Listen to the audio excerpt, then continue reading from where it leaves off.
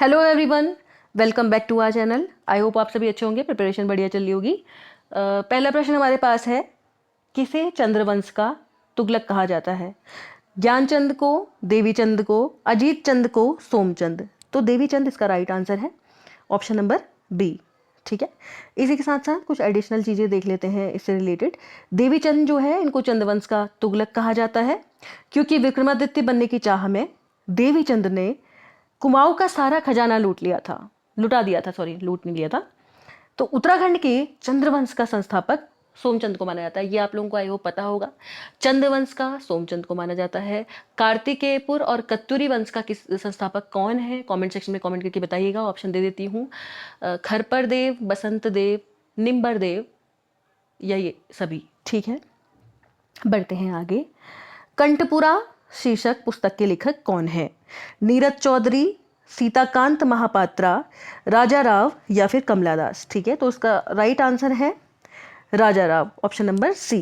कंठपुरा के क्या हैं? लेखक हैं। बढ़ते हैं अगले प्रश्न पे। इसके साथ साथ एडिशनल चीज इसके बारे में जान लेते हैं। कंठपुरा जो है एक उपन्यास है, इसके लेखक कौन है? राजा राव हैं। और ये जो उपन्यास है, याद रखिएगा, महात्मा गांधी के सत्याग्रह और स्वतंत्रता संग्राम की क्या झलक जो है इसमें, मतलब गहराइयों से इसमें बातें बताई गई हैं। सत्याग्रह आंदोलन किस तरीके से हुआ था, स्वतंत्रता संग्राम की लहर जो किस तरीके से उठी थी, क्या उसमें महात्मा गांधी का इनिशिएटिव था वो। चूंकि महात्मा गांधी पेपर के दृष्टि से इंपॉर्टेंट है, इसलिए याद रखिएगा कंठपुरा उपन्यास राजा राव। ठीक है, और इसका जो मूल संस्करण था, यानी कि जो मतलब था जब ये शुरुआत इसकी हुई थी, वो हुआ था 1938 में। ठीक है, संस्करण आप समझते हैं बुक का किस तरीके से होता है। बढ़ते हैं आगे, उपन्यास था ये। ठीक है, अगला प्रश्न है, डैश के मामले में शरीर के 4 अंग प्रभावित होते हैं?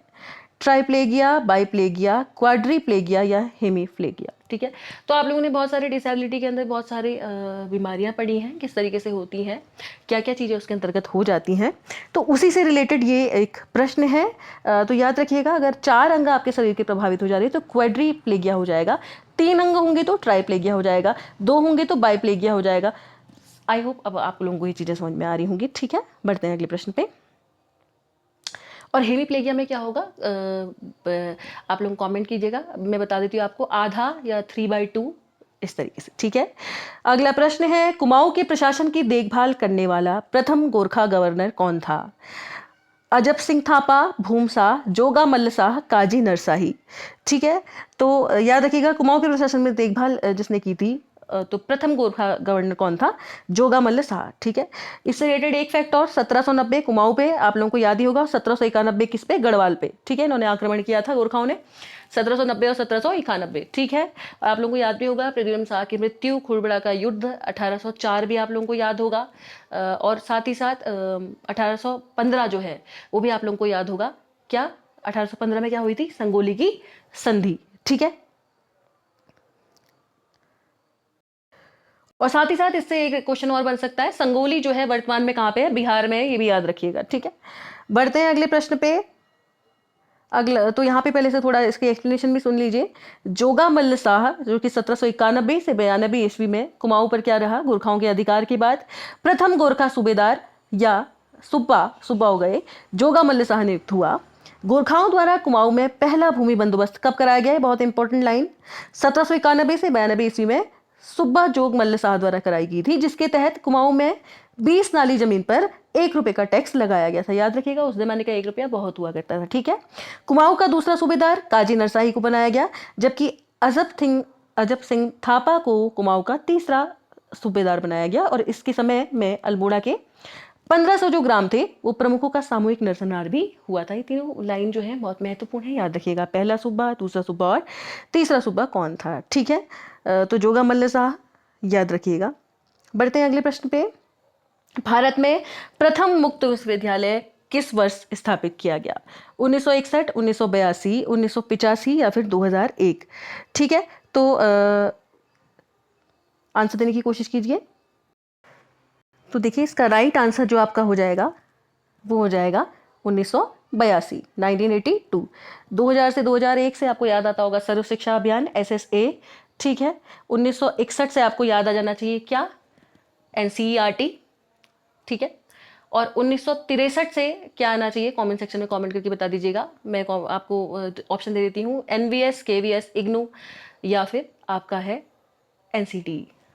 ठीक है, बढ़ते हैं अगले प्रश्न पे। भारत का प्रथम मुक्त विश्वविद्यालय 1982 ईस्वी में हैदराबाद तेलंगाना में स्थापित किया गया था, और जिसके प्रथम कुलपति जो थे वो कौन थे, प्रोफेसर जी रामा रेड्डी, और जिन्हें भारत में दूरस्थ शिक्षा का जनक भी कहा जाता है, यानी कि करस्पॉन्डेंस एजुकेशन जो होती है, डिस्टेंट एजुकेशन जो होती है, उसका आप कह सकते हैं फादर भी नहीं कह सकते हैं। ठीक है, तो याद रखिएगा 1982 में हुआ था पहला मुक्त विश्वविद्यालय यानी कि ओपन यूनिवर्सिटी, और कहाँ हुई थी, हैदराबाद में। ठीक है, उसके तेलंगाना में, जो कि आप लोगों को पता ही होगा तेलंगाना और आंध्र प्रदेश अलग अलग हैं। ठीक है, तो बढ़ते हैं अगले प्रश्न पे। अभी हाल ही में तेलंगाना के सीएम और गवर्नर चेंज हुए हैं क्या, कौन है, कमेंट सेक्शन में कमेंट करके बताइएगा। ठीक है, और यहाँ से रामसर स्थल भी है। ठीक है, कौन सा है बता दीजिएगा। अगला प्रश्न है, उत्तराखंड अंतरिक्ष उपयोग केंद्र की स्थापना की गई थी 2000 ईस्वी में, 2007 में, 2004 में या फिर 2005 में। ठीक है, तो ये हमें बताना है कि उत्तराखंड अंतरिक्ष उपयोग केंद्र जो है इसकी स्थापना कब की गई थी। तो इस प्रश्न का राइट आंसर है 2005 ईस्वी में। ठीक है, ऑप्शन नंबर डी में की गई थी ये।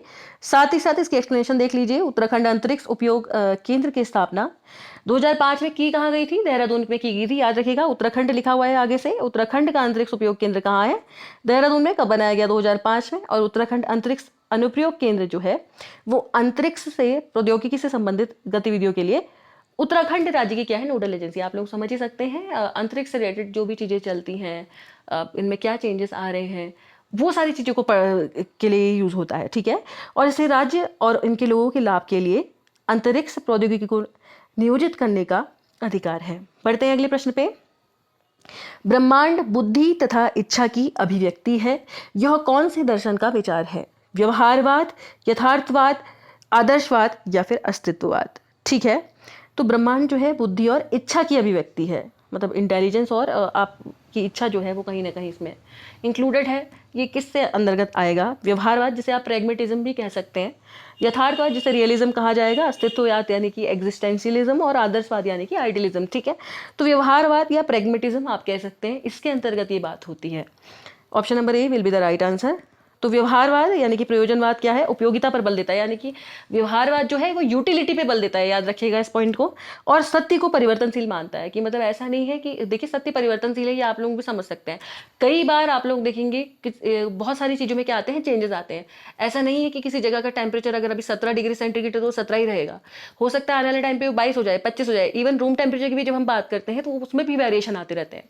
ठीक है, तो इसलिए क्या है, उपयोगिता का सिद्धांत जो है, मतलब कि चीज सत्य क्या है, बदलता रहता है। ठीक है, जो कि याद रखेगा बौद्ध धर्म ने भी इसको माना है कि सत्य क्या है, बदलता रहता है।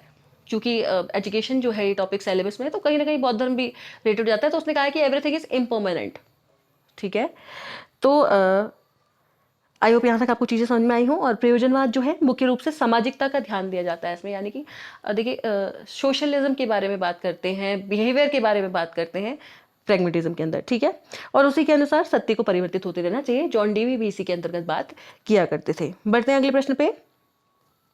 ग्लोबल 500 पुरस्कार प्रदान किए जाते हैं जनसंख्या नियंत्रण के लिए, आतंकवाद के विरुद्ध अभियान के लिए, पर्यावरण प्रतिरक्षा के लिए, या फिर मादक पदार्थ के विरुद्ध अभियान के लिए। तो ग्लोबल 500 पुरस्कार जो है ये पर्यावरण से रिलेटेड है, ये पर्यावरण प्रतिरक्षा के लिए क्या करे जाते हैं, दिए जाते हैं। ठीक है, बढ़ते हैं अगले प्रश्न पे। याद रखिएगा इसके साथ साथ यूएनईपी 1987 आप लोगों को पता ही होगा। ठीक है, 1987 में इसका निर्माण हुआ था। बढ़ते हैं अगले प्रश्न पे। किसने भारतीय लोगों के लिए समग्र शिक्षा की धारणा को प्रस्तावित किया है, गांधी जी, टैगोर, विवेकानंद, अरविंद। तो यहाँ पे बात की जा रही है कि समग्र शिक्षा जो है इसके बारे में भारतीय लोगों के लिए किसने मतलब इसमें अपनी धारणा दी है। तो किसके द्वारा दी गई थी, याद रखिएगा औरोबिंदु जो है उनकी फिलॉसफी मैंने आपको पहले ही बताया था। इंटीग्रल एजुकेशन, समाकलित शिक्षा भी कह देंगे अगर हम, तभी भी यही आएंगे, क्योंकि ये इंटरनेशनलिज्म और नेशनलिज्म और सभी चीज़ों को आपस में सपोर्ट करते हुए दिखे हैं। योग दर्शन, ये सारी चीज़ों के बारे में भी बात कहीं ना कहीं इनके द्वारा की गई है। लाइफ डिवाइन, सावित्री इनकी कुछ फेमस किताब है। कर्मयोगी किसकी किताब है, कॉमेंट सेक्शन में बताइएगा। और युगांतर जो है ये किससे रिलेटेड है, ये भी कॉमेंट सेक्शन में बताइएगा। ठीक है, बढ़ते हैं अगले प्रश्न पे। महर्षि श्री अरविंद घोष ने समग्र शिक्षा का प्रत्यय दिया था। समग्र शिक्षा के माध्यम से मनुष्य का शारीरिक, मानसिक, सामाजिक, भौतिक एवं आध्यात्मिक विकास जो है शिक्षा के माध्यम करने का क्या करा गया है, विचार किया गया है। यानी कि कहने का मतलब ये है ओवरऑल डेवलपमेंट जो है बच्चे का, चाहे वो इंटेलेक्चुअल हो, कॉग्निटिव हो, या फिर आप कह सकते हैं फिजिकल हो, ये सभी चीज़ों का क्या होगा, उसके बच्चे का क्या होगा, डेवलपमेंट होगा, इसके बारे में बात की है। साथ ही साथ इसका ओवरऑल डेवलपमेंट जो है, सर्वांगीण विकास जो है, उसके बारे में बात ये करते हैं। ठीक है, बढ़ते हैं अगले प्रश्न पे। ADHD का अर्थ है वाचिक कठिनाई वाले बालक, श्रवण दुर्बलता वाले बालक, ध्यान विकार वाले बालक, या फिर दृष्टिहीनता वाले बालक। तो जो ADHD है वो है ध्यान विकार, यानी कि इसका फुल फॉर्म आप लोगों को पता है अटेंशन डेफिसिट हाइपर एक्टिव, यानी कि इनका ध्यान जो होता है ना, अटेंशन डेफिसिट होता है, ध्यान में तो इनकी कमी होती है, हाइपर एक्टिव होते हैं। ठीक है, बढ़ते हैं अगले प्रश्न पे। अगला प्रश्न हमारे पास है, इसी के साथ साथ इसके बारे में देख भी लीजिए थोड़ा एडिशनल इन्फॉर्मेशन। ये ध्यान विकार वाले बालक होते हैं। साथ ही साथ यह एक मस्तिष्क विकार है जो ध्यान देने, स्थिर बैठने और अपने व्यवहार को नियंत्रित करने के तरीके को प्रभावित करता है। यह बच्चों और किशोरों में होता है और जनरली इसको कंट्रोल करने के लिए टीचर को क्या करना चाहिए, कुछ एडिशनल वर्क क्लास में या आप क्वेश्चन पुट ऑन कर लीजिए, जिससे कि बच्चा क्या हो, उसका जो ध्यान बार बार इधर उधर बट रहा है वो ना बटे। क्योंकि ध्यान बटने का मेन रीजन क्या है कि आप कहीं और इन्वॉल्व हो जा रहे हैं, उतना ज़्यादा ध्यान एक इंडिविजुअल बच्चे पे नहीं जा रहा है आपका, तो वो करने के लिए आप उससे कुछ क्वेश्चन पुट ऑन कर लीजिए। ठीक है, मतलब इस तरीके के प्रश्न भी पेपर में बन सकते हैं, तो ये बताया मैंने आपको।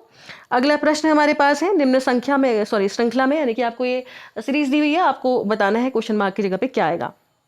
63, 60, 66, 57। तो आप लोग कोशिश करिए इस क्वेश्चन को करने की, कैसे होगा। देखिए पहले अगर हम देखें 66 से 60 आ गया, यानी कि 3 की कमी हुई है।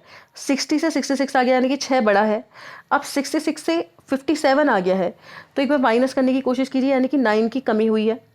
अब 57 से कितना आएगा, देखिए 369, तो हो सकता है आगे सीरीज चल रही है 12, 57 में हम 12 ऐड कर लेते हैं, तो हो सकता है ऑप्शन में कुछ ऐसा हो जो बन जाए।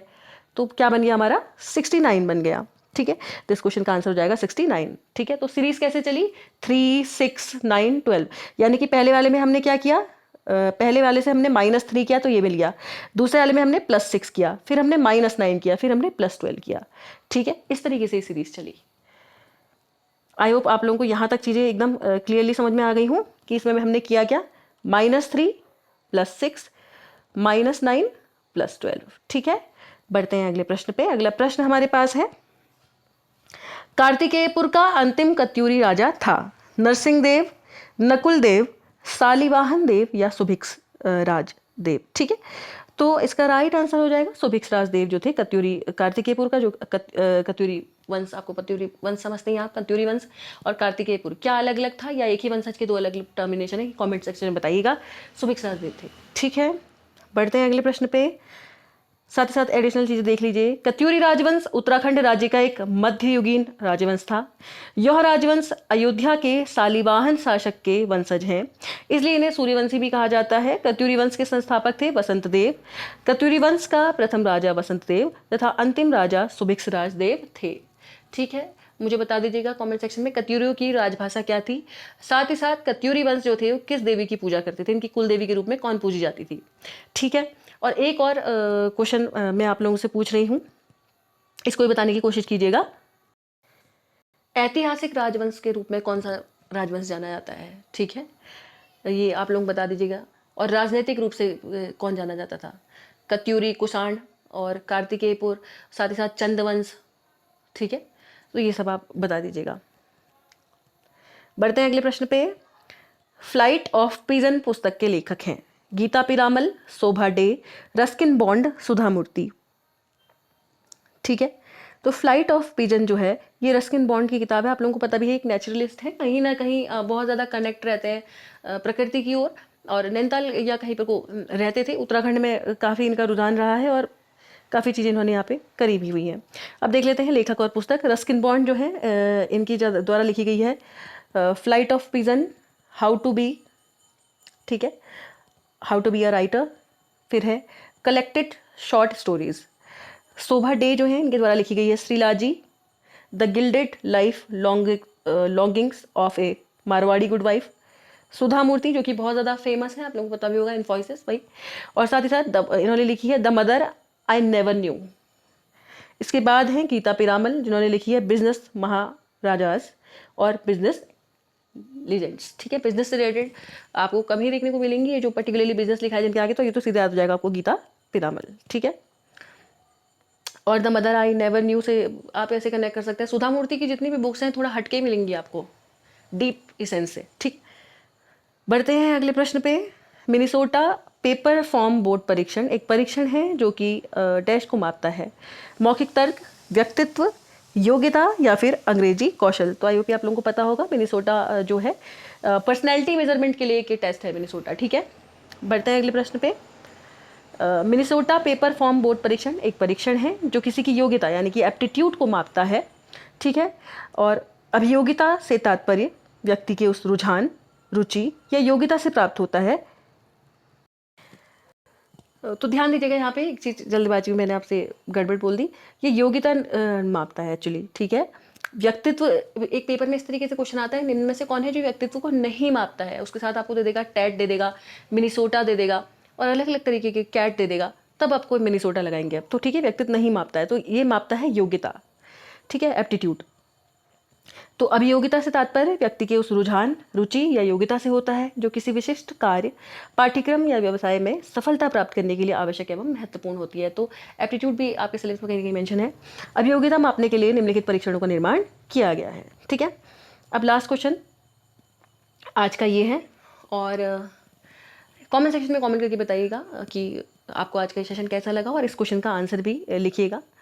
ठीक है, आई होप आप लोगों को थोड़ा बहुत ट्रिक तो पता है। ये 4 भागों में बांटा गया है, तो 1 + 2 + 3 + 4 इतनी हिंट मैं आपको दे जा रही हूँ। सिमिलरली 3 बार हो जाएगा तो कितना ये आएगा। ठीक है, तो कमेंट सेक्शन में कमेंट करके ज़रूर बताइएगा। ठीक है, कमेंट करिएगा कि इस क्वेश्चन का आंसर क्या होगा। ठीक है, और आप लोगों को क्या लगता है कि क्या चीज़ आप लोगों को समझ में नहीं आ रही है, किस पे वीडियो बनानी चाहिए, कि क्या चीज़ आपको लग रही है कि यहाँ पर से क्वेश्चन कुछ अलग बन सकता है या क्या होगा, या कोई सब्जेक्टिव मैटर में भी, तो कमेंट सेक्शन में कमेंट करके बताइएगा। ठीक है।